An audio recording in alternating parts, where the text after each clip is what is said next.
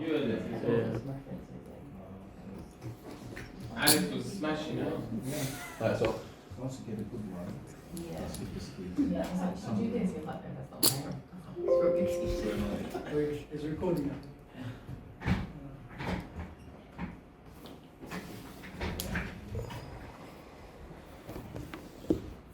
Okay, so from now onwards, we are going to switch towards the AI part.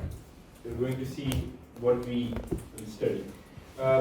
If you remember, this was in the very first lecture when we started this module.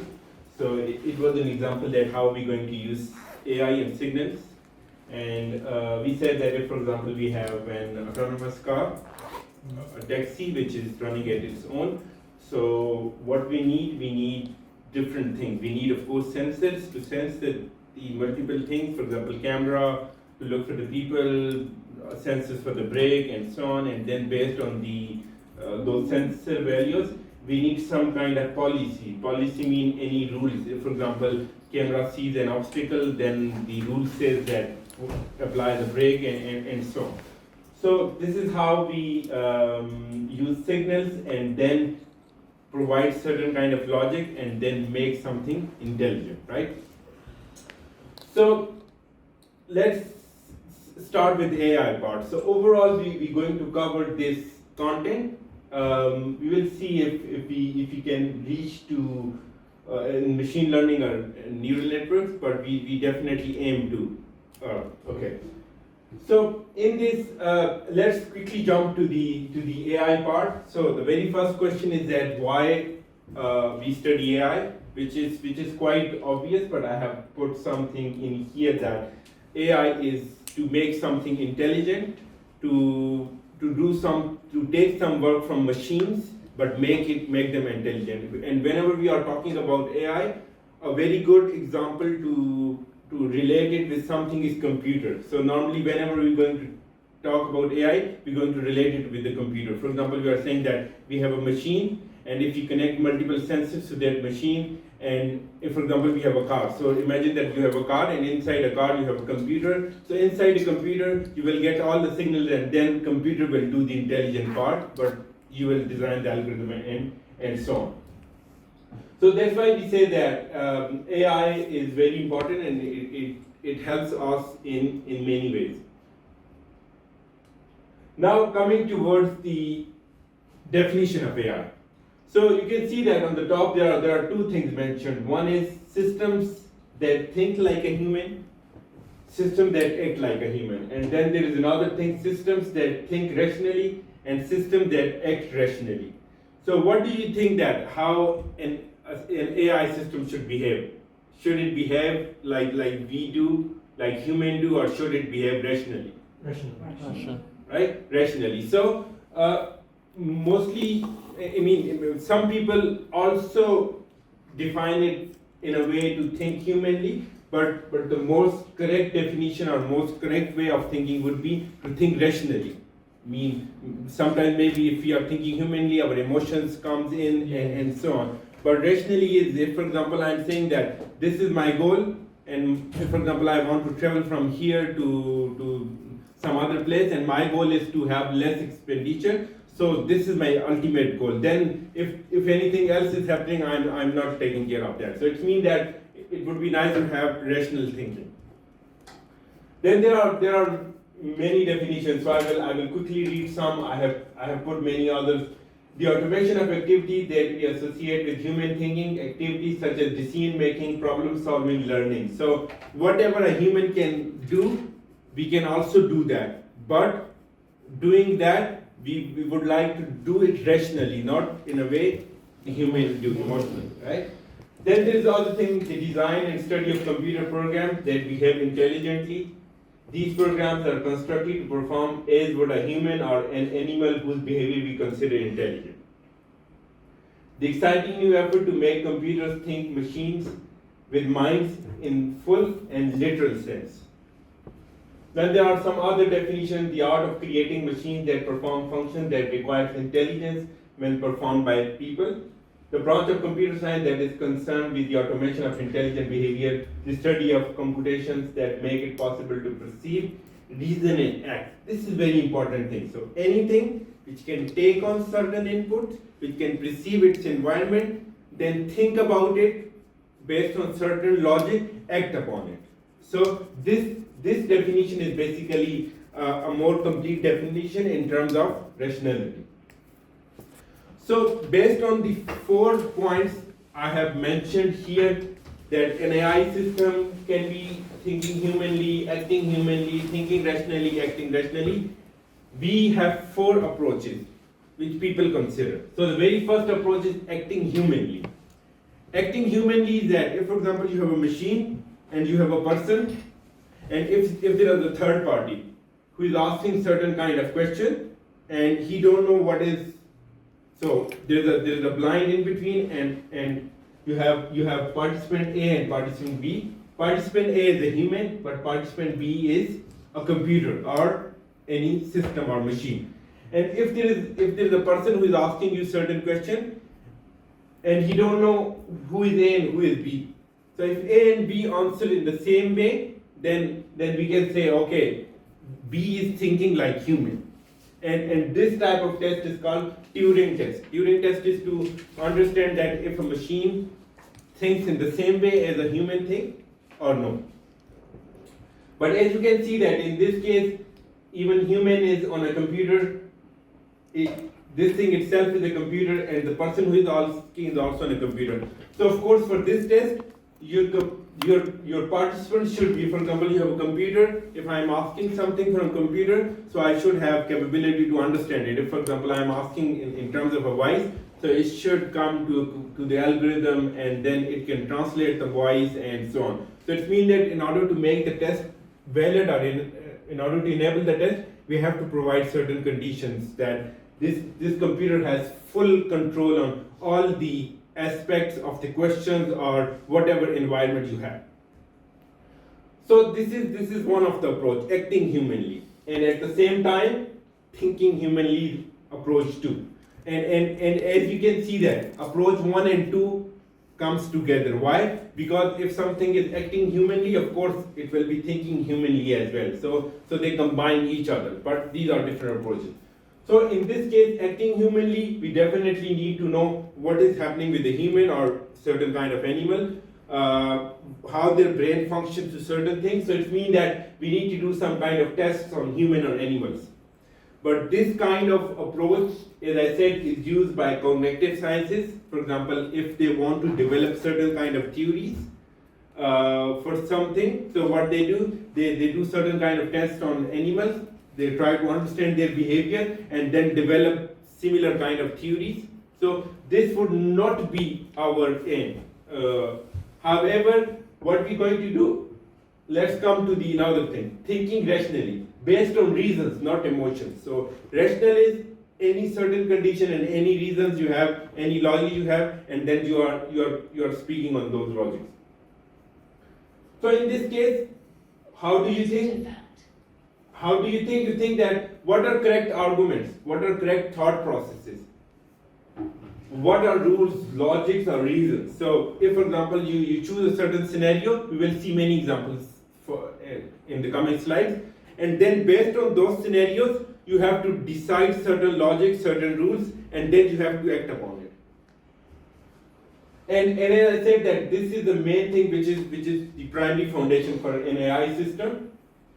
So in this case, we are mainly thinking on rules and logic. But not every scenario can be solved with a logic. For example, I can say that there is a forecast for rain, but I don't know if the rain will definitely occur tomorrow or not. But at the same time, I definitely know that if an obstacle is seen by a car, it will apply a brake. So in some cases logic, in some cases I can say reasoning. So that's why in a cases where logic doesn't help, we go for probability. We go for in that scenario, what could be the expected outcome? So and one is that what could be the actual outcome?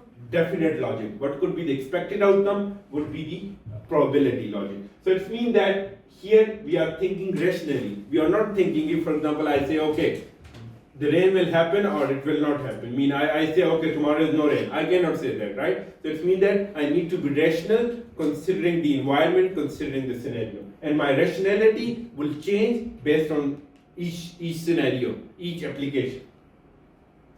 So here, we need to see what is our goal and what is the purpose of thinking. So that's why I say that the very first thing, whenever we will going to solve an AI problem, we're going to define a certain goal, and then based on that goal, we will start thinking. If, for example, I want to go from here to London King Cross, then I will see, okay, I have multiple, I can take train, I can take bus.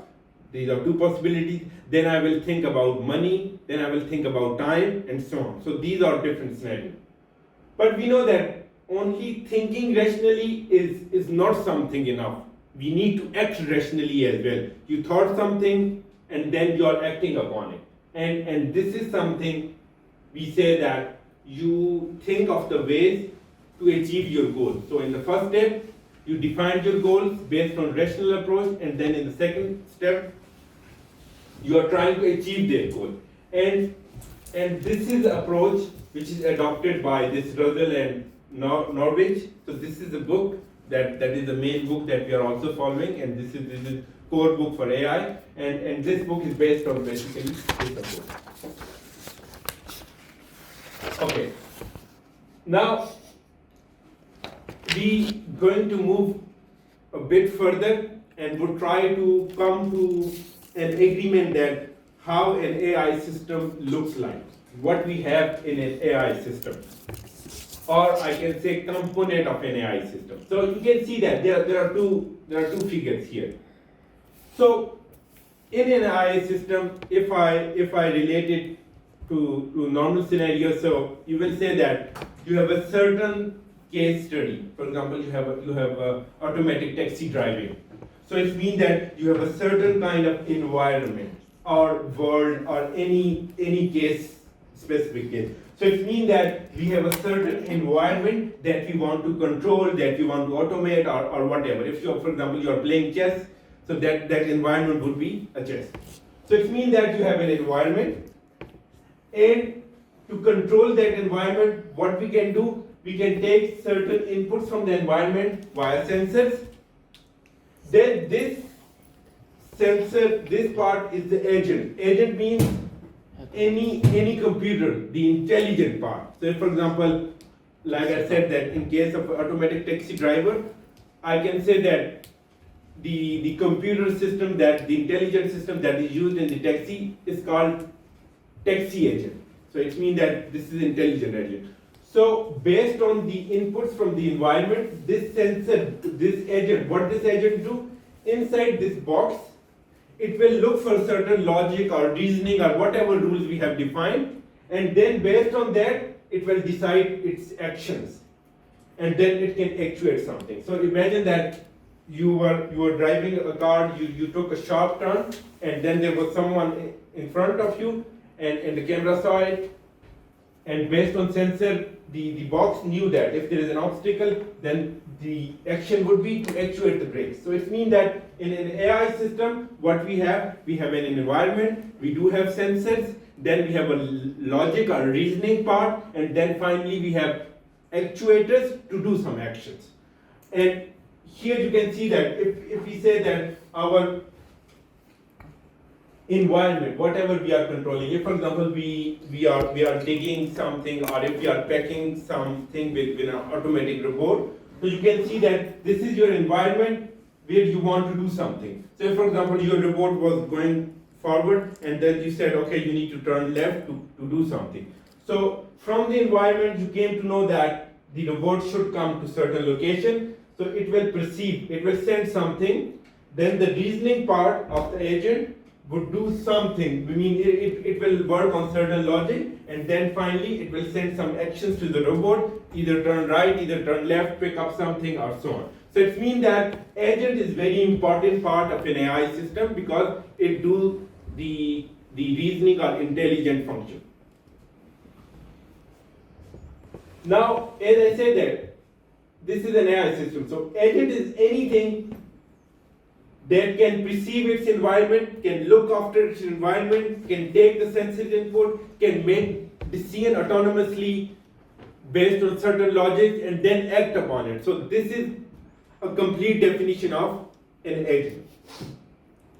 Now, if I mean, as I said that when we go to study AI, we relate it with the computer, and normally when we are relating with a computer, it is better if we relate it to a human being as well, because human beings are also intelligent.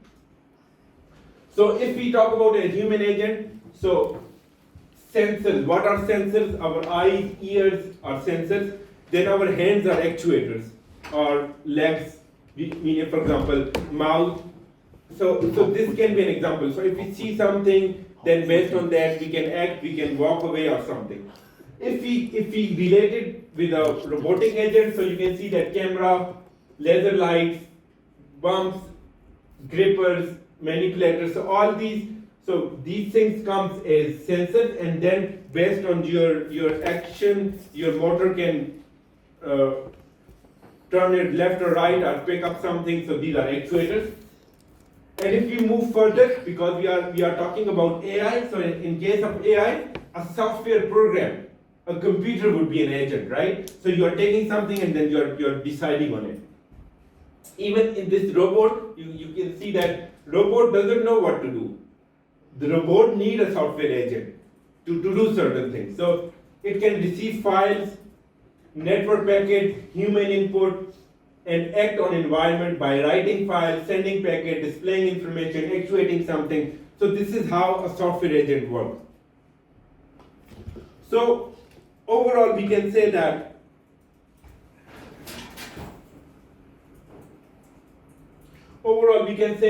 if you remember how we define a function, we say that there are certain input to the function.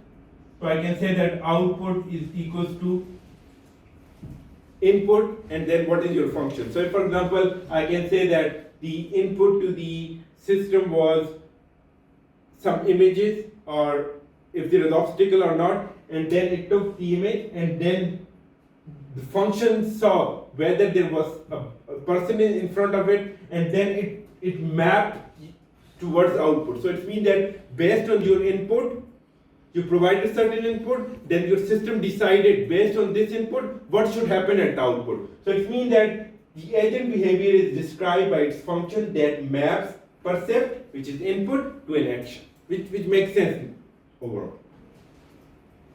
Now, as we said that we will be speaking more about rationality. What would be a rational agent? So from the term rational means that an agent which can take certain inputs, but to do anything to achieve its outcome, to do any rational thing, any possible thing to achieve its goal. So that's why we say that for a possible percept sequence, a rational agent should select an action that is expected to maximize its performance measure given the evidence provided by percept sequence and whatever built-in knowledge the agent has. So it means that based on inputs, then based on its reasoning logic, it can achieve certain outputs. So this is called a rational agent. And as I said that there are two conditions, best outcome or best possible outcome. So for example, if in some cases we know the exact logic, but in some cases we don't know. If we have an uncertainty, we go for probability. So we can say that best logic. So if we say that an agent is which can perceive its environment and act upon it, but the rational agent is which can perceive its environment and do anything to achieve its outcome based on the reasoning or based on the intelligent behavior or the rational measures we have defined for it. It means that we need some performance measures. It means that we need to define some performance measures. So as I said, a rational agent is that do something right, but what is right? How are we going to judge it? So to judge those things, we need to define certain measures. For example, in case of a taxi driving, we want to be safe, we want to be on time, right? So these are our measures. So if we are safe, if we are on time, so it means that agent was a rational. So it means going to King Cross, there are multiple ways, but we want to have less time, so it depends on our goals and then the performance measure. So that's why whenever we are defining any AI task, we use this PEAS, PEAS. It means we need to define performance measures, we need to define an environment, the actuators and the sensors. So it means that our PEAS would depend on, would differ for different locations, for different cases. Performance measure would vary, environment would vary, the actuator signals can vary, and the sensor signals can vary as well. But overall, the rationality or the measure to check if the agent is doing the right thing or not would depend on the performance measures. So here is an example of a taxi driver. So in this case, you can see that the performance measure is safe, fast, comfortable, maximum profit. So it means that these are our performance measures. So if we achieve these measures, we will say that our agent is rational. If not, it is not rational. Then the environment in this case is roads, traffic, pedestrian, customers, and actuators in this case is steering, accelerator, brake, signal, horn, and then your sensors in this case are camera, speedometer, GPS, and so on. So it means that based on a certain scenario, we need to be rational, and how we become rational based on PEAS, based on the things that we have defined. Okay. Now, first, environment. Whenever we say environment, we normally in AI or in programming as well, you sometimes say that we create an environment. Environment means any scenario that we are using. So there are multiple things. So a certain scenario can be fully observable. For example, if you are playing a chess, so you can fully observe it. You can observe it. But if, for example, you are driving a car, so there are some hidden spots. So that it means that environment is not fully observable. Blind spots. Yeah.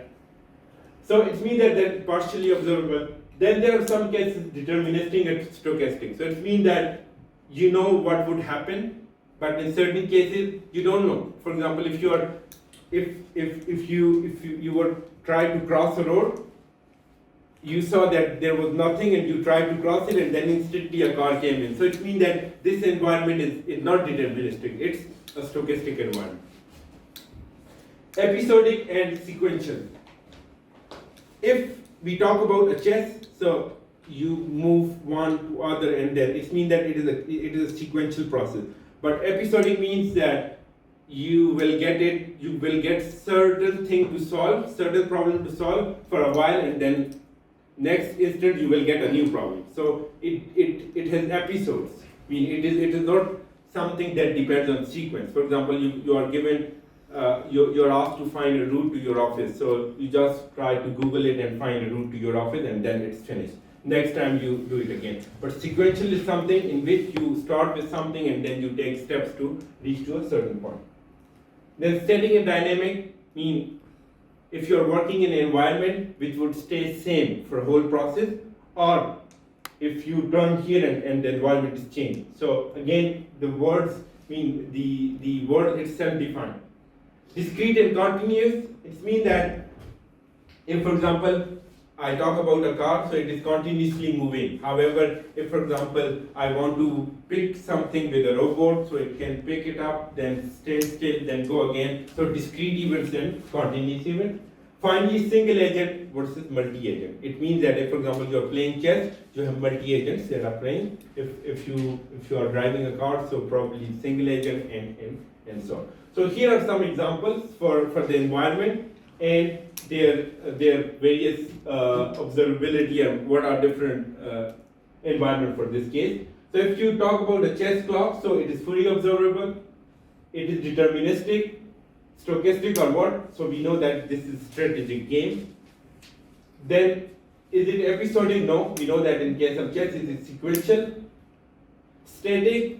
No, we cannot say that it is static because with different moves the whole thing changes. So we somehow say that it's semi, then discrete events, and then you know that multi-agent plays. If we talk about a taxi driving, the environment is partially observable, the scenario is stochastic, anything come, means someone can run, a vehicle can come in, so this is a stochastic process. Then we know that the environment is dynamic, it is a continuous event, and again you have multi-agent. If you want to do a medical diagnosis, again the observability is not fully, it is partial. So these are some examples that we have about the environment and their problems.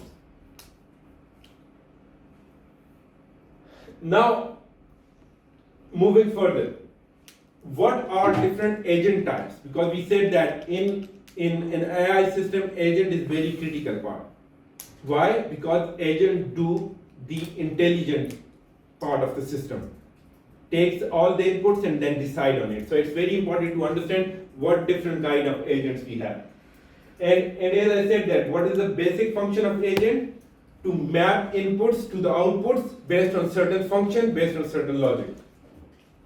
So normally, as I said that, AI is run on a computer system. So that's why we say that agent means a program plus the architecture. What does it mean? It means that if, for example, our environment is a taxi driving, so it means that for architecture, what do we need? We need a program, probably a computer, but at the same time, we need motor, we need sensors, so that if, for example, I want to stop the car, I should apply the brake. So it means that an agent means a complete system, a complete architecture. If, for example, you want to control a robot and you ask, based on certain logic, you said, okay, walk. So your agent should have legs to walk. So it means that an agent is combination of an architecture. Architecture would depend on environment and the program which makes it intelligent. So in terms of type of agents, we have simple reflux agents, then we have reflux agent, goal-based agent, and we will see now how they differ. So if we talk about a simple agent, so simple agent will do only simple things. It will, from programming language, it will do if else. If this is true, do it. If not true, do something else, right? So it acts according to rules whose condition matches the current state. So what does it do? Based on from the environment, it will sense something and would see what the world is like now. World means what that environment or this, what is scenario at the moment, and then based on the conditions that you have defined, it can actuate something. So it means that if and else rules. If you see it from a computer programming perspective, so you can see that this is how we define a function. So this is the simplest reflux action function which takes certain input. This is how we define a function, right? We write the name of the function, then we say what is input.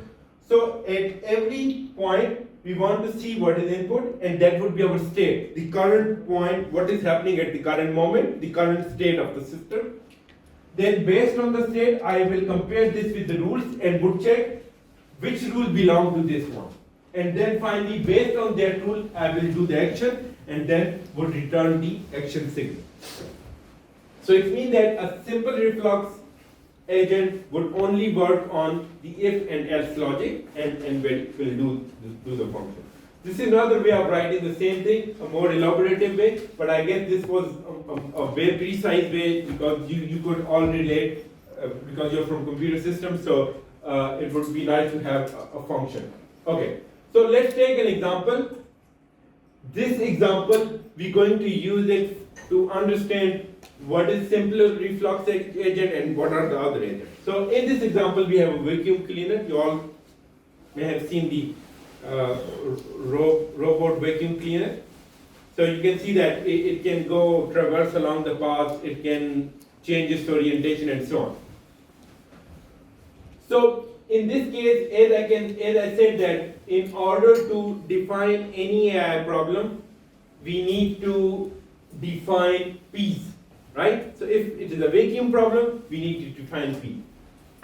So how do we define performance?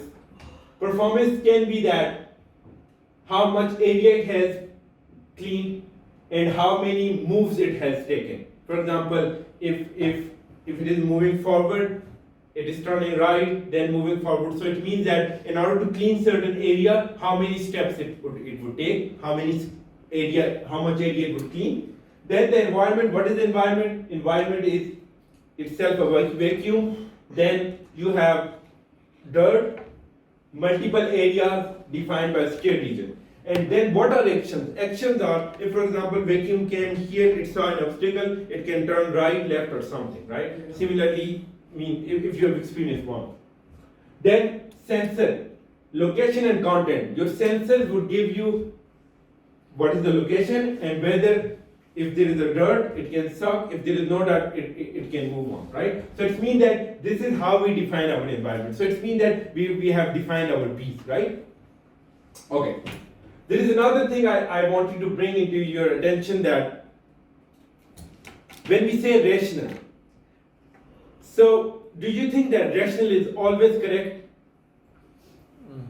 No, right? No. Rational is not always correct. Why? So that's why we say that rational is not omniscient. It means that an agent who knows the actual outcome. So it is not possible that an agent should know what should be the actual outcome. Why? Because it could change based on the scenario. Your environment may be partially observable.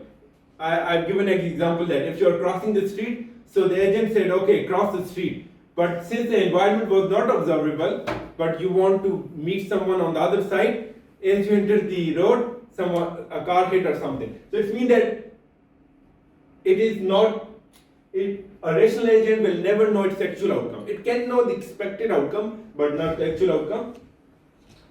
And then the second thing is that a rational agent cannot think in past, the exact thinking, meaning it doesn't know what would happen in future.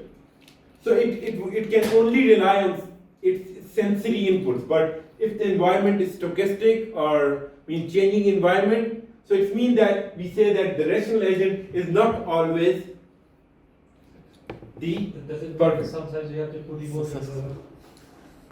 Not emotion, but we would try to make it more intelligent by putting more constraints or more things on it. Yeah.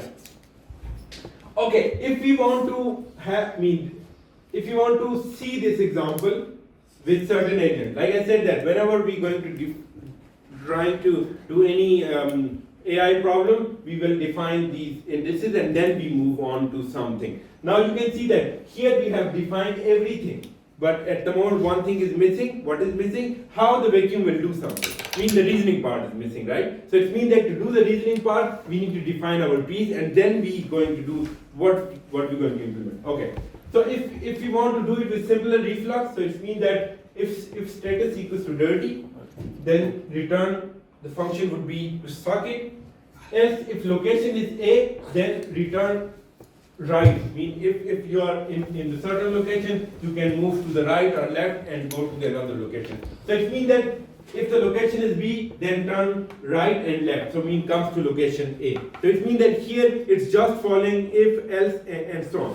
But it doesn't have any information. So if, for example, a vacuum was coming here and then it saw certain obstacle and it will turn again to location A. So it means that at the moment it doesn't have any knowledge whether it has vacuumed a certain area already and this area should not be vacuumed again. So it means that in simple reflux agent we don't have any memory, it just depends on the current location. But this is not the good solution, right? Because the vacuum will keep on vacuuming the same area. So it means that we do need some states. We do need some initial condition, or we do need to know if there is something already vacuumed or not. So in this case, you can see on the figure, you have environment. Again, you are getting some sensors, and you are seeing what is happening at the current moment, where vacuum is. But at the same time, you can see that you have some previous state stored, which will tell you that whether the vacuum had already cleaned this area or no. So it means that in the previous case, there was nothing here. But now, we do have certain states. So, of course, when vacuum will start, there are no initial state. But by time, whatever is reading here, you are going to store it as a state. And then based on these inputs, you're going to then again look at the rules and do certain things. So again, if I want to put it in terms of a function, this is just an elaborative thing to make you understand. So if I want to put it in terms of function, so it means that again, reflux action with state has input only the percept that is coming from the environment. Then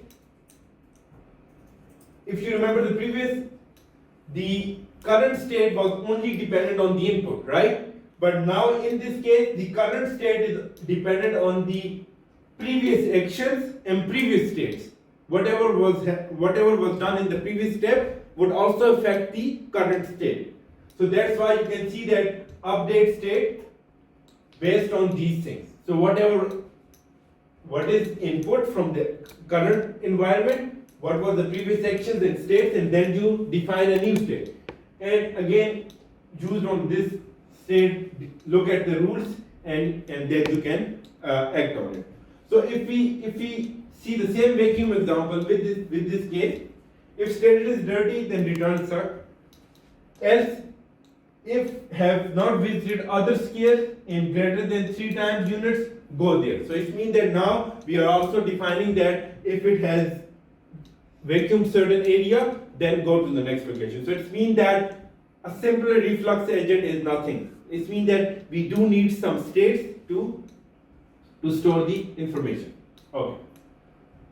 Now that was a reflux section. It means that to reflect to something, right, based on certain rules.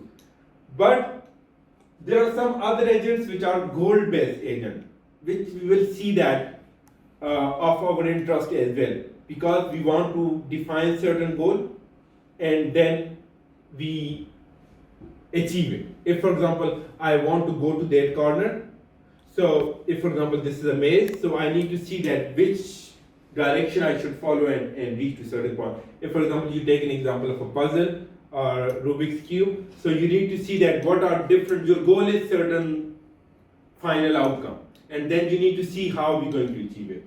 So in this case, again, more or less the things are the same. So you take certain inputs from the sensor,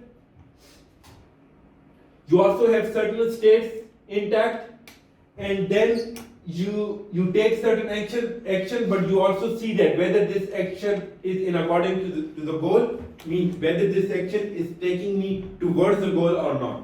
So that's why we say that in this case, goal reflux desires of agents may project action to see if consistent with the goal. So at every point, at every location, if, for example, I need to go to that location, I will come to this location first. I will check whether this is my goal. No, this is not my goal. I will move to the next location. Goal, no. I keep on traversing and finally when I will reach. So it means that at my every action will be judged as per the goal. It keeps track of the world state as well as the set of goal it is trying to achieve. So it means that it is keeping in mind the actions that you have taken. If, for example, I came here, it was not my goal, and now I don't remember it. So it is not good, because maybe at some point I come again here. So it's very important that you keep track of your states as well as you reach to your goal. Now comes the utility based agent. The problem with the goal based agent is, if, for example, I could have taken this path to reach to the corner, or I could have went straight to the corner. So it means that only defining goal is not a good thing. It means that we do need to define some utility function. It means that some measure on the goal. If, for example, I say that, okay, my goal is to reach to that point, but within very less time, or the time is constant, or the money is constant. So it means that in this case, more or less everything remains the same, but only thing that differs is that we are looking at certain function.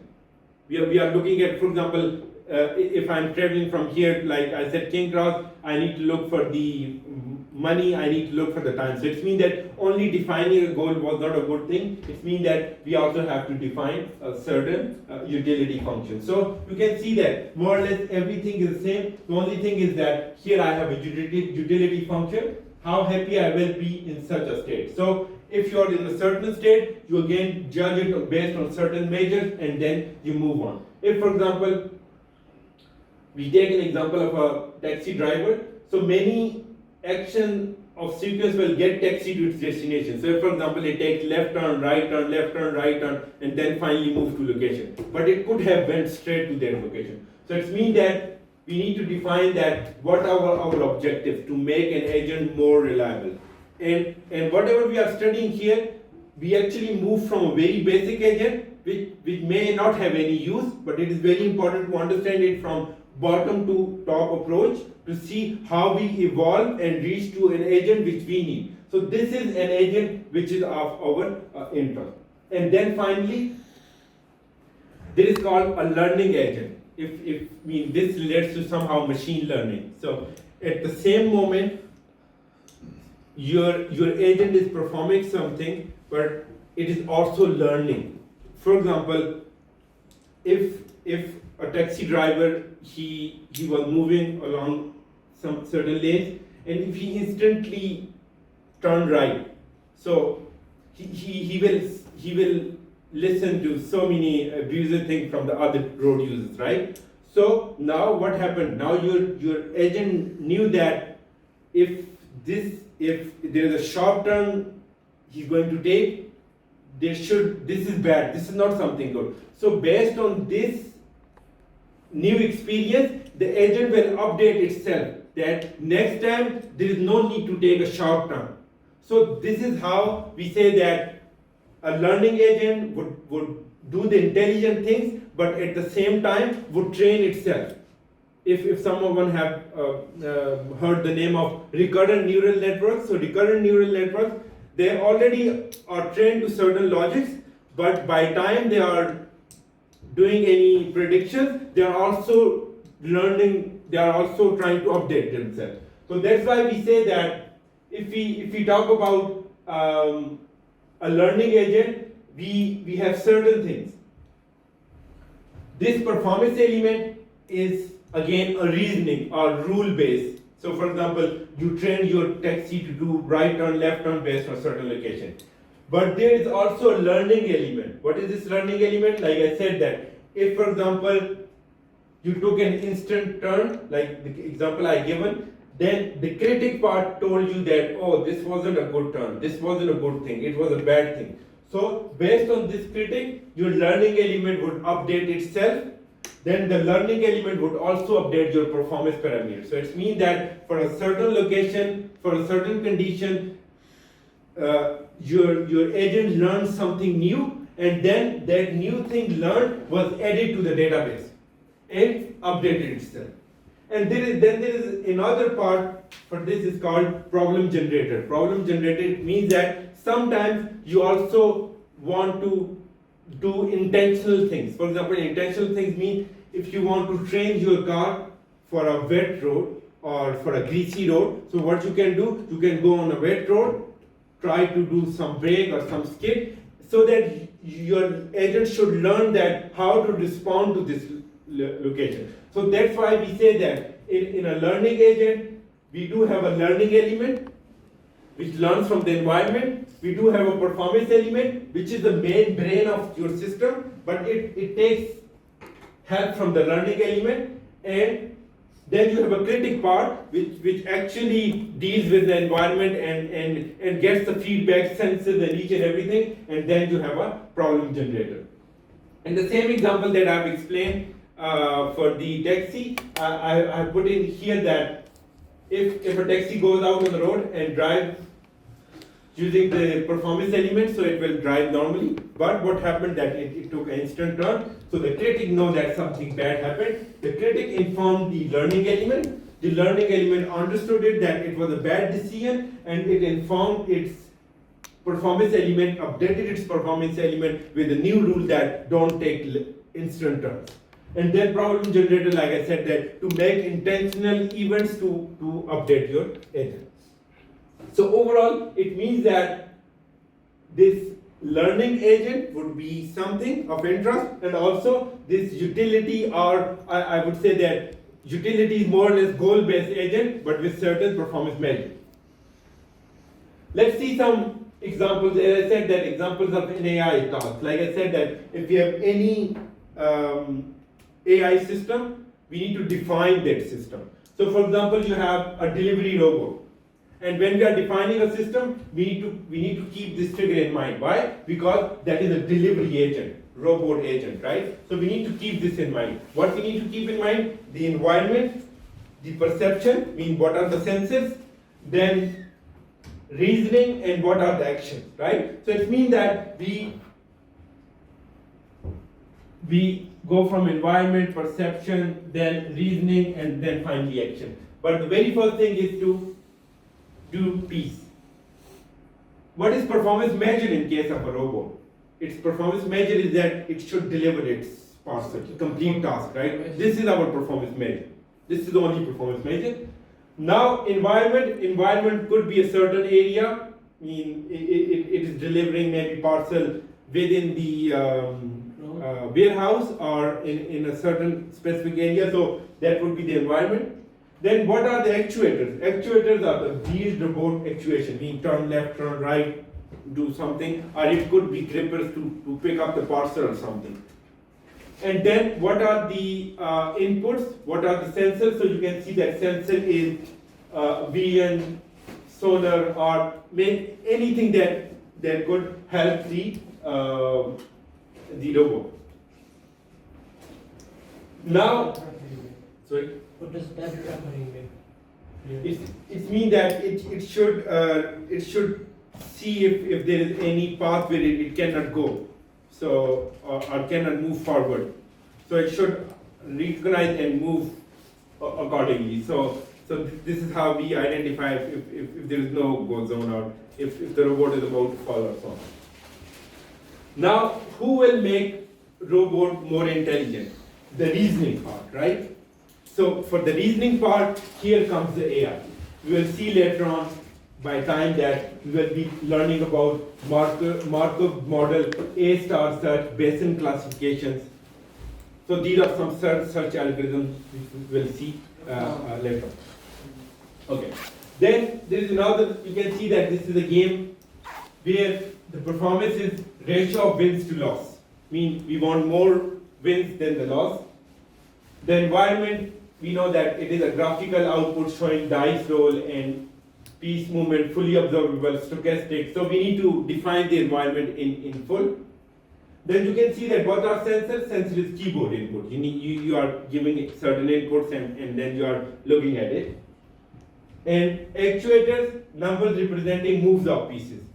So this is how we define the environment. Again, in this case, what would be the reasoning? The reasoning would be neural network, reinforced learning, and so on. There are some other examples. If we have a medical diagnostic system, you don't need to remember these. It was just to give you flavor of what are different applications. As I said, that in your exam, you will only be getting questions. There is no theory at all. Okay. That's good. In this case, you can see that the performance is to correctly identify the disease.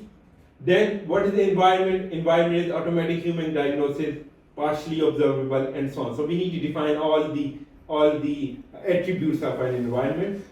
Then actuator would be tests or output diagnosis, or if we need further results, and then sensors, input symptoms, test results, and so on. So this is how we decide on different inputs.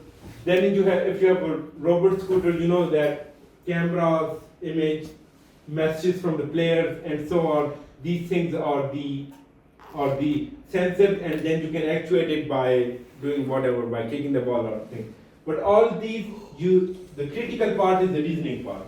So giving you these examples was just to show you that we need to learn and understand these underlying intelligent methods or techniques so that we can apply these techniques to make our system, to make our agents intelligent. We will take a short break. In the meantime, we'll go to the workshop T4 and then we'll continue this lecture. There's something we need to cover. But this was just theory. You don't need to, it was just to give you a flavor that how an AI works. Okay, so we just finished with some of the examples where we said that in order to do any AI task, we need to first define the problem with using the P's, the performance measures, the environment, actuators, and sensors, and then we have to work on this reasoning bit and would develop the overall intelligent system. how to do this reasoning part. So this reasoning part can be done with several algorithms. For example, you can see that we have said Markov model, A-star search, Bayes classification, then reinforced learning, neural network. So it means that in order to really implement the AI, we need to understand these algorithms. So the very first algorithms that we're going to do is search algorithm. It means that we are given an AI problem and we are going to do that problem, solve the problem by search method. So what we have in it, overall we can say that search algorithms are hugely are used in AI, and in this case what we have, if we think of the search algorithm part of the AI, so it can be problem solving. For example, if you are solving if you are making a chess move or solving any puzzle, so we need to see whether we should do move 1 first, then move 3 or move 2, so we need to do this. Same goes for route finding. So if you want to find route from your home to your office, you need to see that which route is best. So if you click in the maps, it will show you all the possible routes. So these are some of the examples that we can use. So in this case, you can see that the agent we are using is trying to achieve the goal. So it means that we are saying to find something, we are giving it certain goal, and then the algorithm will do something and would reach to the goal. If I ask you to go to the student center, so you will find different paths, you will think of different paths, and then you will move along certain paths based on your thinking. Someone would take lift, someone would take stairs, and ultimately you will go to a student union. So that's why we say that search algorithms are very important to make something, to make automation. And as I said, from search algorithm, we can somehow relate that this is a kind of goal-based agent. So in here, we're going to start with some terminology which we have already discussed, but I would refresh it so that we could use it for the algorithm that we're going to study. We are not going to cover this whole in this lecture. In this lecture, we will be covering this breadth first search, BFS, but these are the search algorithms that we will look for overall. I mean, it comes depth first search, breadth first search, greedy, A-star, and then some examples. But let's start with some terminology. As we already explained that agent is the critical part of an AI system, or we can say agent, we can say rational agent or intelligent agent, whatever word you use. But agent is anything which can perceive its environment, think about it, take its own decision, and then actuate something. I don't know why it's charged. Can you plug it to something? Is that the reason it's Is this the one? No, I guess Khalid said it. Khalid, this is the one, right? Yeah, this. I'm gonna wait then. I feel like maybe. working? To be honest, I did have caffeine this morning, so. Nah, that'll do it. It's Yeah, working? yeah. No. Muhammad, you were asking something? No, I was thinking, why is it like, is it going on? No, I guess he was doing the plug thing and he just removed the charger. No, not you, the other. Khalid was thinking that I was helping him and he was just accusing me of something.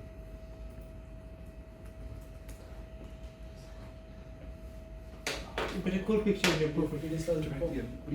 Sorry? Yeah, you've got a really cool picture in your DP. Oh, okay, thank you. It's an old picture of me. 30 years ago.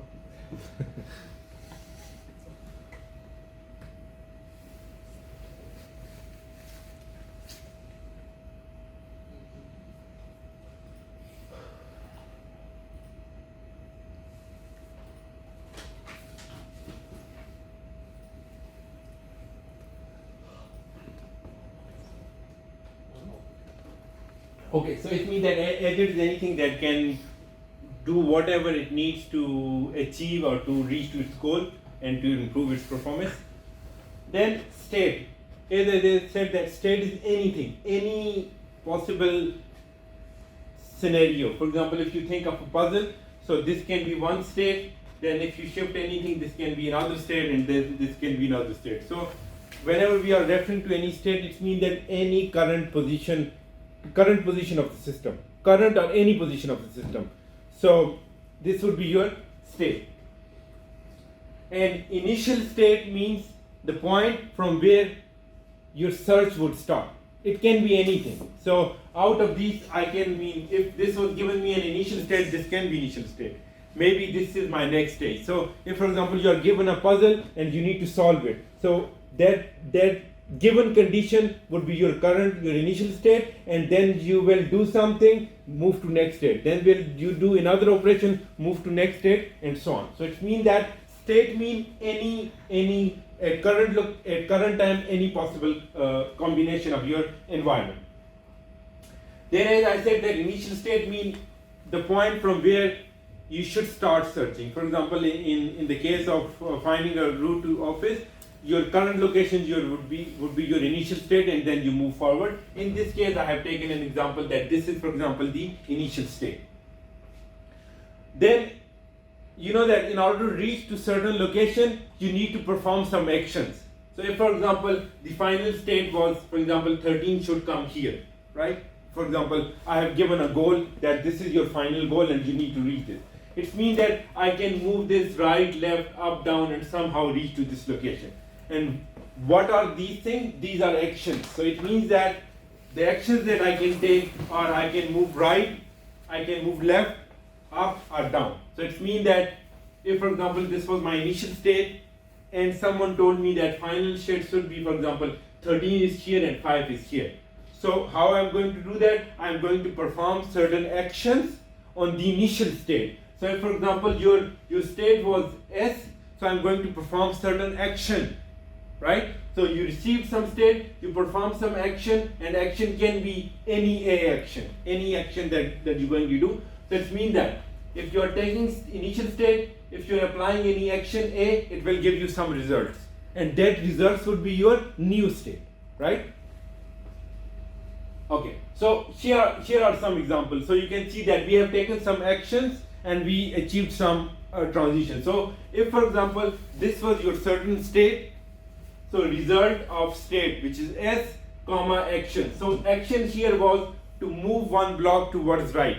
So your result would be a new state, which is, you can see that one has been moved from this location to this location. So it means that to get a certain state, then apply action on it and get a new state. And by doing this, what we are trying to do, we are trying to move to our final location or towards our final goal. And similarly, here is another example. You can see that here the action is to move it downwards. How are we going to take these actions would depend on our algorithm, right? But these are the terminology that we will be using mainly. So if I am doing this, you can see that 14 has been moved down. So this is how we apply any action on any current state and get a new state, right? Okay. Now, if, for example, I apply another action, I can get another state. Apply another action, I can get another state, right? So it means that I have certain possible number of states. So all those possible states would come out as state space. So the space for all the states, for all the possible combinations, for any given example is called state space, right? So here is the state space. So I can do different combination, different things, and finally I will get so many number of combinations. In this case, the combinations are 16 factorial by 2. These are the possible combinations for possible state, possible positions of the puzzles, if we want to do it, whatever operation or whatever action we are going to do. So it means that whenever we are talking about state space, it means that a bucket from where we can choose something, and out of those states there would be no extra state, right? So it means that if I put 0 here, this state is not inside. Why? Because there is no 0 in this block. So it means that that is out of our state space. State space would be only those states which are admissible, which are applicable to our system, right? So if, for example, this is puzzle and I bring something else here, so that would not belong here. So it means that all the possible combinations that are achievable for a certain system would result in a state space. And in this 15 puzzle game, the number of total states that we can achieve are 16 factorial divided by 2.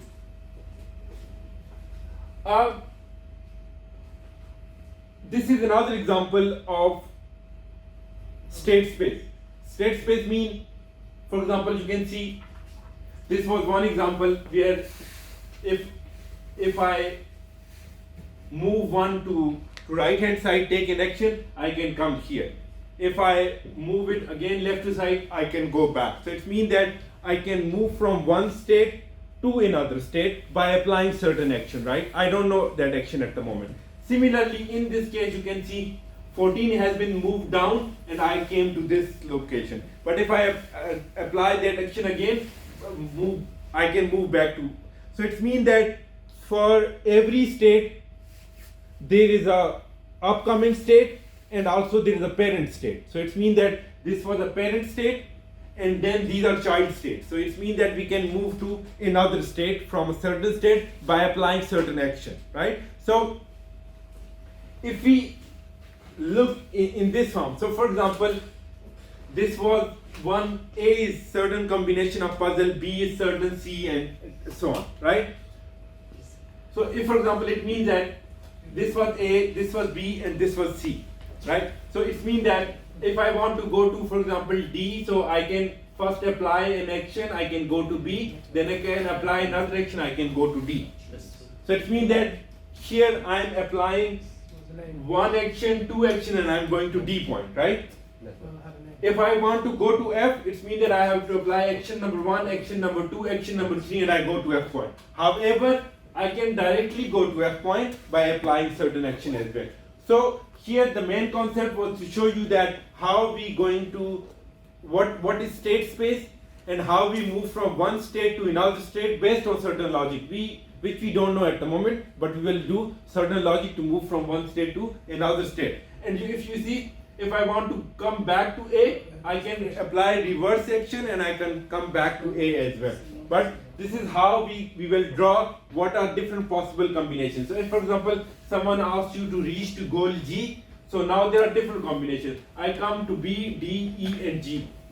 I come through this way or I come through this way. Now all this would depend on the logic that you are going to develop. Now, as I said that in this case, for example, I say G is the goal where I need to reach. So then comes the goal test. Goal test. What is goal test? It means that at each state, because the aim of the search problem is to find the goal. So at each state, I will be comparing that state with the goal. For example, if this was the initial state, I will compare whether this state is equal to the goal. If, for example, the same thing was my goal, I will say, okay, I don't need to search any further. Why? Because I have already achieved the goal. So it means that at each state, I will compare it with the goal. So if, for example, the goal is G, so is this the goal state? No, right? I will say, okay, discard it, move to further. B, no. I will keep on moving until the goal test is correct, until the goal test is satisfied. So it means that we have a goal, we have initial state, we do some actions, we tend to converge towards the goal state, but at each state we will do certain tests to see if the goal and the current state is matched or not. Okay, now it is possible that there can be multiple goal states. For example, if for example G was here and also G was here, so any state which satisfy the goal test could be the goal state. For example, if someone asks me to go to King Cross, I can go by bus, I can go by train. So going by bus is also converging to the same state. The other side is also. It means that both of them are satisfying the goal test. They are reaching to the goal, but they have different aspects. So it means that any state which will satisfy the goal test, we will say that this is goal state, right? Okay. Now, as I said that it is very important to understand not only defining a goal is not a very good thing. We need to look at how we are reaching to the goal. If, for example, for some reason, I have defined certain cost for the path, it's just arbitrary number. So if I want to go from A to B, it will cost me 5. And similarly, I have defined so many cost parameters. So now, if I want to move from A to G, not only reaching the goal would be important, but also how I reach to the goal. The time, saving the time. Yes. So it means that 5, 1, 9, 2, if I add all of them, if the path cost is less, You think. right, I will take this path. But at the same time, I need to look at if there are no other constraints on that. If, for example, I have to choose between time and money, if, for example, these things are money, then I will compromise on one. Similarly, if you can see that there is another example where all the path costs are same. Mean by taking one move, you are spending, for example, £1. So again, here your scenario would be different, here your scenario would be different, right? So it means that's why we say that path cost is also very important. For example, a navigator app does not simply bring you to your goal, it does so while minimizing the path cost, finding the fastest way possible for you to get to your goal state. So we have studied various terminologies, right? Now it means that if you are at certain state, you will take multiple actions to reach to the goal state, right? For example, if goal is G, I can take this action here, and I come here. This is a solution, right? Why? Because all those sequences which takes me to the goal is a solution. True? This is one solution.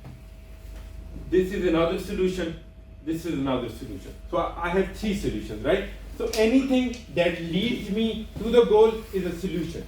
But what would be the optimal solution? The solution with lowest path cost among all the solutions would be optimal. And everyone will be looking after an optimal solution, not just a solution. So that's why a path cost is also very important thing. Now, as I said that, I have introduced so many topologies moving from one state to another state and so on. But who will be doing all this part?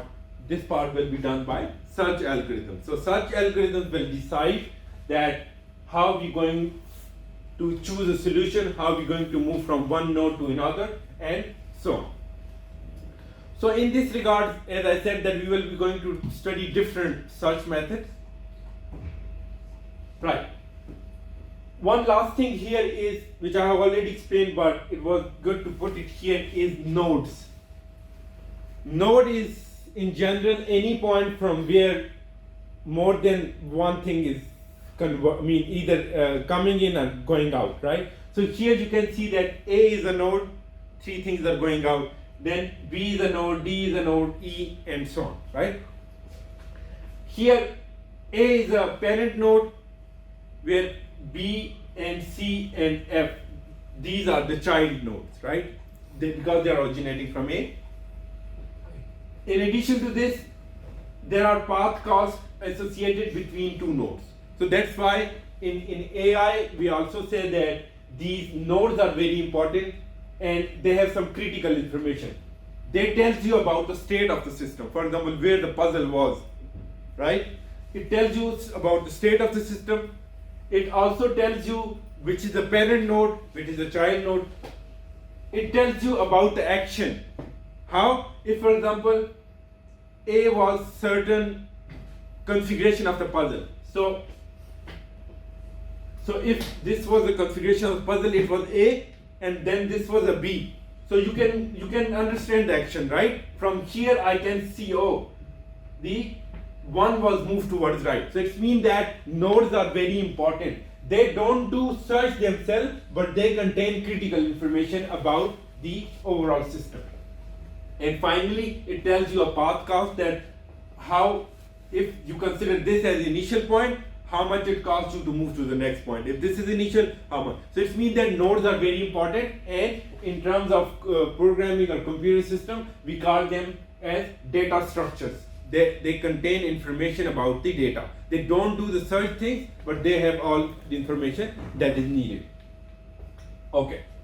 So it means that whenever we're going to analyze a system, we're going to put them in this known format. What is the known format? That what are states, what is initial state, what are actions I can do, what is goal, and what is path cost. So if I know all these things, I can devise an algorithm, right? Okay.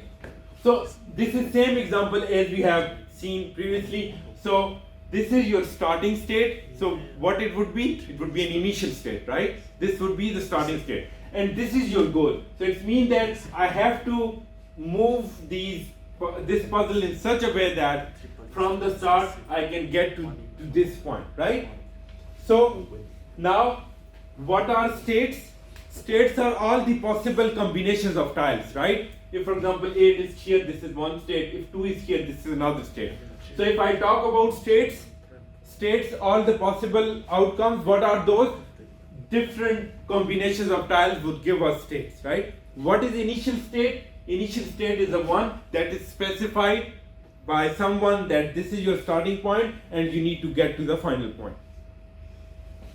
Then actions, clearly we have seen this up, down, right, left.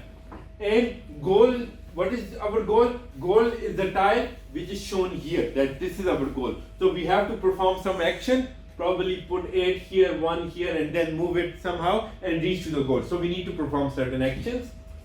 And finally cost, so it means that cost is 1 per move. Even if you have played certain games, so you have limited number of moves and you have to solve the puzzle. So this will tell you about the path cost. Similarly, if you want to see a robot which is doing the packing stuff, for example, you have a box and robot is packing it. So here you have states. What you have states? The states here are all the possible movements of the robot. What are different angles that I can take from the robot? What are the force that it can apply, and so on. Now action is that how I'm going to rotate it. Goal test, in this case, goal test. So in this case, the goal test is at each point I will be comparing whether the box is completely assembled or not, whether the box is completely packed or not. And this would tell me the goal state. So it means that if the goal is not completed, the robot will keep on running and it will reach to the final point. And then again, path of the cost, time to complete the assembly. So in this case, you can see that our path cost means from the starting to the final point, how much time it took. For some case, it would be money. For some case, it would be different thing. Now, here is another example. So in this case, you can see that you have states. What are states? Combination of poles and discs. How are you going to arrange these discs on different poles? And what are actions? Then again, actions are defined. Then there are certain constraints on the action as well. Then your goal test is this from largest at bottom to the smallest on the goal pole. So means you define certain goal test and then you do the overall process. This you all know, Rubik's Cube. So you define a certain, again, what are states? Different combinations of cube. You define a certain combination. You can see that if, for example, this is your final goal, which normally is, then you start with certain initial condition, then you do different moves and you reach to the point, right? So this is, and again, each move count. Path cost is normally what is expected from that game or that application. So this is this you can see that in this case we have written whatever example in terms of our known things, right? We can also write the same things in terms of some kind of graphs as well.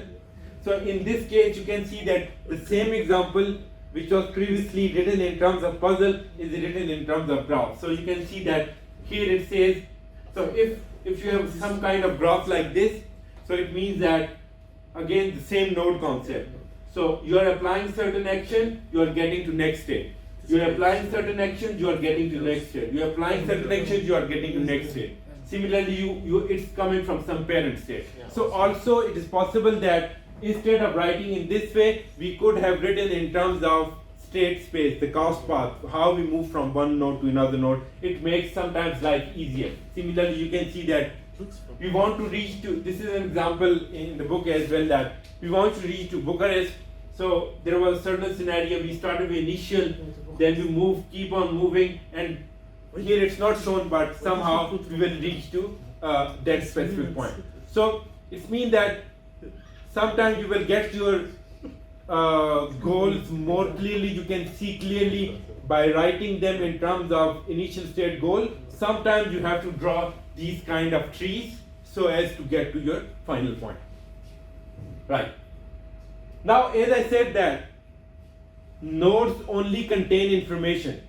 Nodes doesn't help you to search, right? You need to devise some algorithm to search that. So here we going to talk about a generic approach which we're going to use whenever you are given a certain problem. Even in your exam, if you're given a certain problem, we're going to use an approach to start from a certain location and reach to a certain point. So to do that, we will define a frontier. Frontier is considered as a box. We will define a box. What we're going to do, so if for example, I want you to reach to, yeah, whatever pronunciation is. Yeah. So if you want to reach to this point, so What is it? It's Romanian. we need to start from certain initial state, right? So it means that, as I said, we will be defining a frontier. Andrew Tate sitting. In a while, you will see the frontier. So it means that we're going to define a box. Frontier is just a front view. We're going to define a box. At each location, we will write the initial node. We will come to initial node. For example, in this case, if I start from the top, A, I consider it as initial node. I will see whether this is goal or not. I also know the goal, right? This is not Bucharest. This is arid. So I will take it out of the frontier. So I will say no, this is not the correct thing, and I will move to the next node, right? We'll do an example now. So it means that at each point, I will initially start with an empty frontier, empty box. Of course, no solution at that point. Then I will, if for example I started with a certain node, I saw if there was a no solution, then I will move to next node. Again, I will check if that node is a goal node, yes. If no, I will move to the and repeat this process. So this is how we use the frontier, and we will do some actions and reach to the final point. So, okay, so here comes the example. So in this case, the goal is to find a path from A to E. So it means that the goal is to reach to E. And we have defined a frontier which is an empty box. We will start frontier by taking the initial condition. So it means that initially we were at A point. So we assume that initially we were at A point. So it means that we took that state.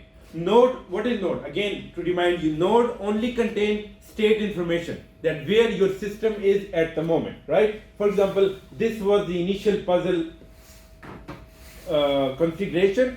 Puzzle was in a certain condition, and you call it as a node, right? At that specific. So started with A. Is A the goal? Does node A satisfying goal test? Does A satisfying goal test? What is goal test here?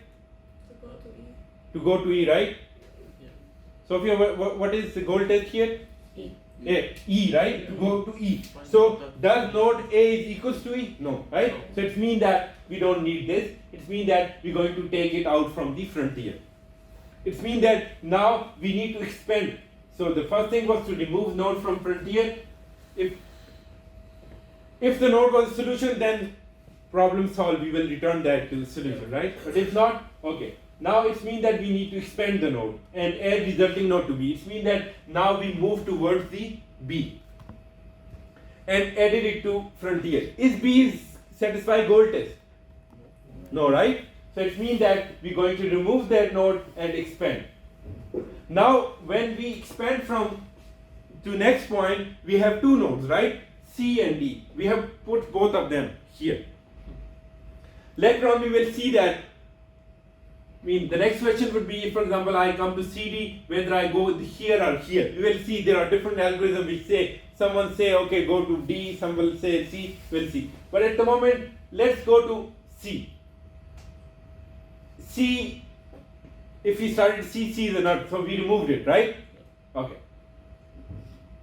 But if now we are on C, we need to again expand node, right? There is another node here.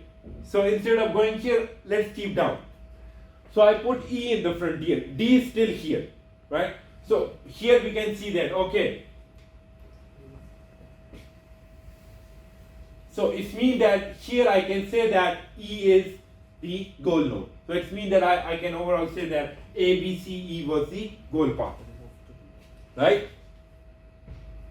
So this contained, so finally we reach, if the node contains goal state, return the solution, that's it. So it means that we removed from frontier and we given it to solution. So okay, this was our solution, right? Do you think that in this approach, do we having any problem if we have, you see, there is a difference between the figure and the next figure. Do you see the approach that we have studied, that we will go to a node, check the goal test, move to next node, right? And while we were going to next node, so it was like, I will go to, for example, I went to C and D. I checked C, no. Then remove C, but there was E here, right? Going down. So you can see that I removed C, but then moved to E point, right? So it means that at each point I keep on adding things. So do you think that here we will be having any issue?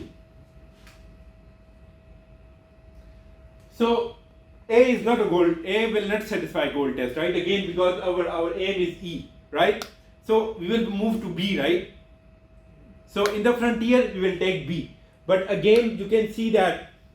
It's going to be a loop, right? Sorry? It's going to be a loop. No? Yes. Why? Because when we will come to B, at B, I can see I have A, C, and D, right? Because from B we can see that I can go to A, I can go to C, I can go to D. So it means that again in my frontier I have A. So it means that it will move back and forth. So it means that this is not a good approach to solve. How we can fix it? How we can fix it?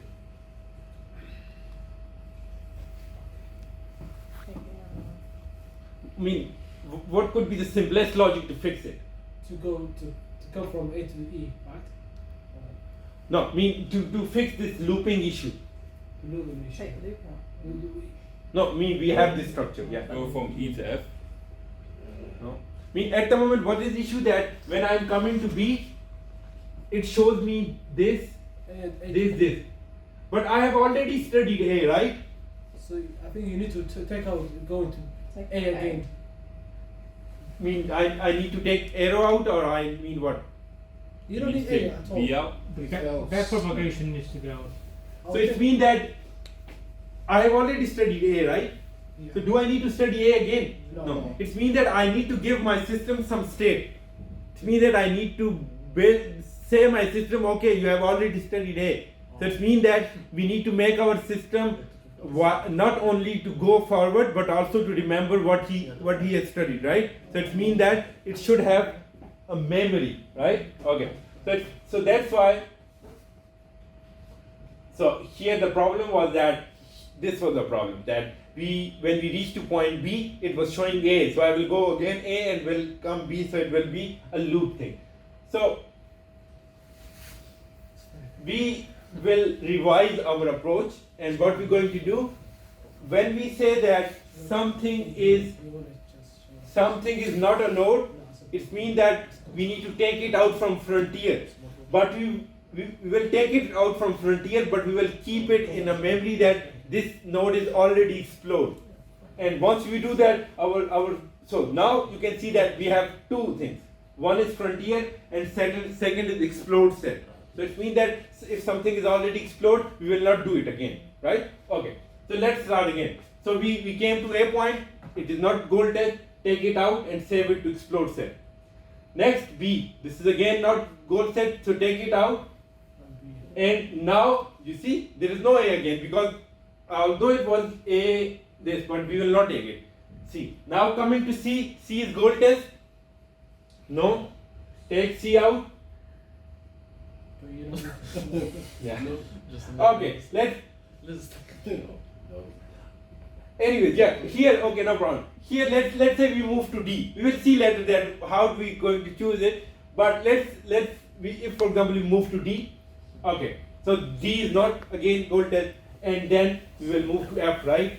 And again F is not a goal test, and finally then we will move to C. C is not goal test, and we will move to E. Now, basically, we will see later that there are two algorithms which actually differentiate either go this way or this way.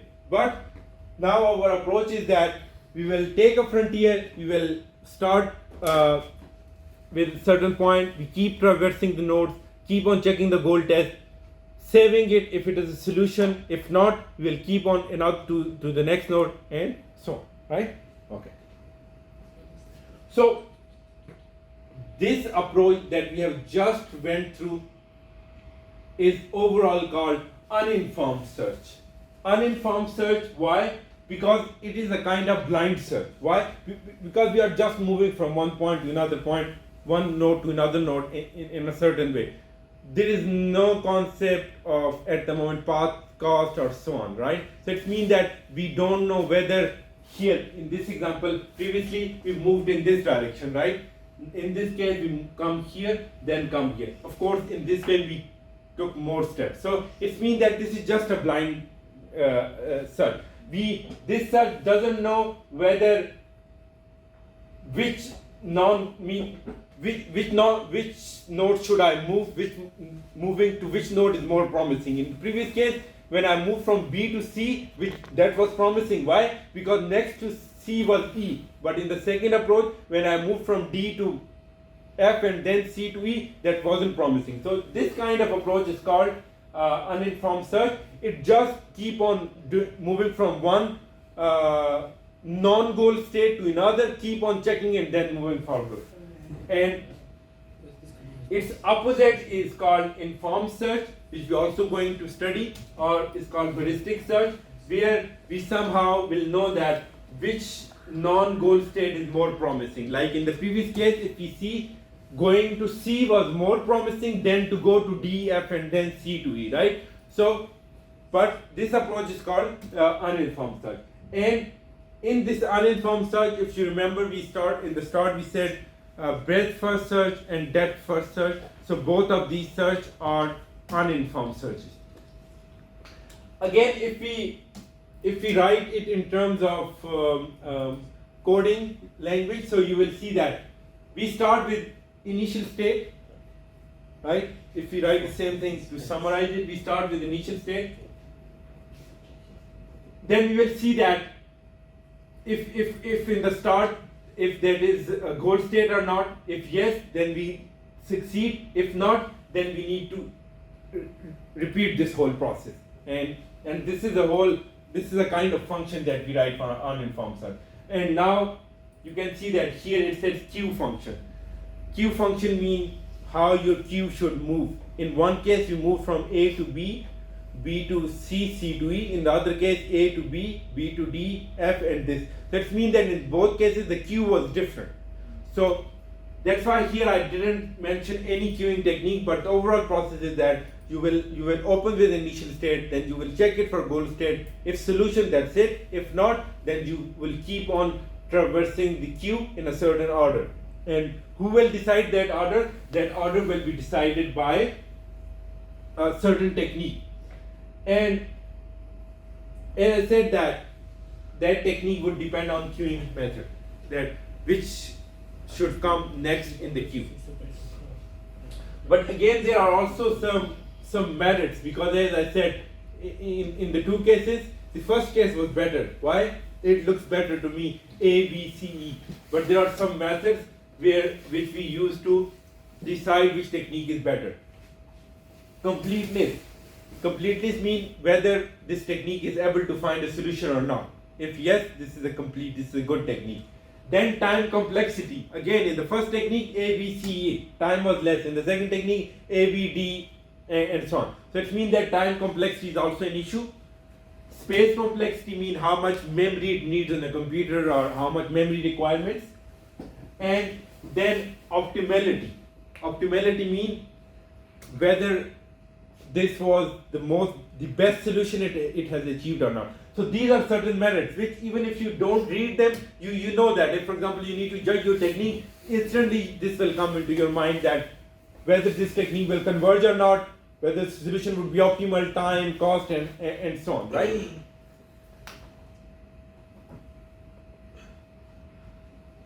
We will take an example on depth first search because this is same as we have just studied, and then we will end this lecture.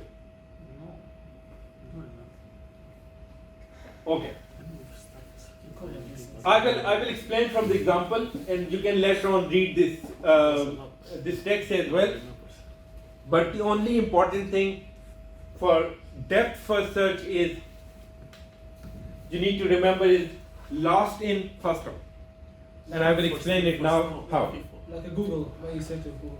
Yeah. So here you can see that in this case, in the first case the frontier was A. So this was last in, so it was taken out. Then in the second case, it was B. Then B was taken out. Then in the next case, it was A. For example, if I take A, it was C, D. If this wasn't A, then you can see C is taken out. So whoever will stay last on the left side would come up. Okay, we will move in that direction. So in this case, if you somehow relate it, we are going to the depth first, right? We keep on going in a one direction, then we will move in the other direction.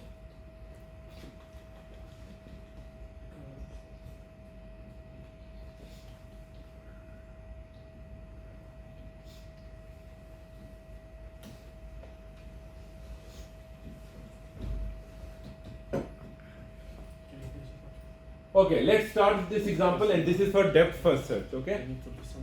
So, we started with point A, this was last in, there is nothing here, right? So is it a goal test? Is it satisfy goal test because goal is E? No, right? So we will take it out and send it to explode. Next is B, only B. Again, B is not goal test, take it out. The next is C and D. Now, you can see that who will come out first, D or C? C, right? Because this is the last in. So we need to take it out. So it means that we will move toward this point. Now the next thing is to move forward. So we will take E. And D. And then finally you will see that, okay, now D goes here, then comes the F, and finally is E is your solution. So this is the way that we go towards the depth, and we keep on adding things towards the left hand side. So you can see C, then if you move further E, then D, F, and so on, right? So it means that we are going to depth. If we want to go to point B, so keep on that previous transitions in your mind. Let's see once again. So we came to B, it's not, then B is CD, so last will go out. Okay, then we go to next, then E will come, now D will go out, right?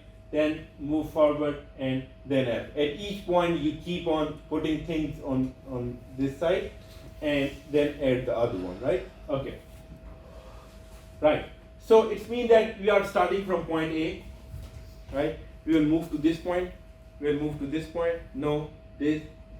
Now here is the deciding bit, right? So here we said that if you move to the next point, so these two things will come, right? Yeah. These two. So this will come up and I will keep on. So if I move it in this, so this was the first thing, then you will move here, then you will go up, then Come back. you come in this direction, no? Then you come in this direction, right? Then you move here, Then you go up. then you go up because this is now the right hand side. So we'll start here, is the shortest. It says, Right? yeah. okay? Then we keep on going and you can see that we have achieved, but still we will continue. So you can see that if we move from A, this would be our path if we're going to use the depth first. You understood this point, right? Okay. Right. So if, for example, in the exam, you are given, you will be given something like this ABC or a state space with different transition, and if you are asked to find a path from A to certain with the depth first search. So you will see that with depth first search, it would be a different path, right? With different technique, it will be different path. So you just need to write the path. If, for example, you are asked to show your work, probably to justify that how you reach this point, so you could probably write few lines that you could show some work. But again, just if, for example, it is asked that what should be the path with BFS or DFS, then you write the path. So if, for example, this is 4 marks question, you will get 2 marks. Then you have to write at least something to justify that, okay, we move from this to this, this to this, and then you need to justify your answer, right? Okay, right. So this was the depth first search, and next lecture we will move further. We will study another one which is breadth first, and then we will move on to other intelligent techniques. So this was slide number 95. So these are just, so don't need to worry about it.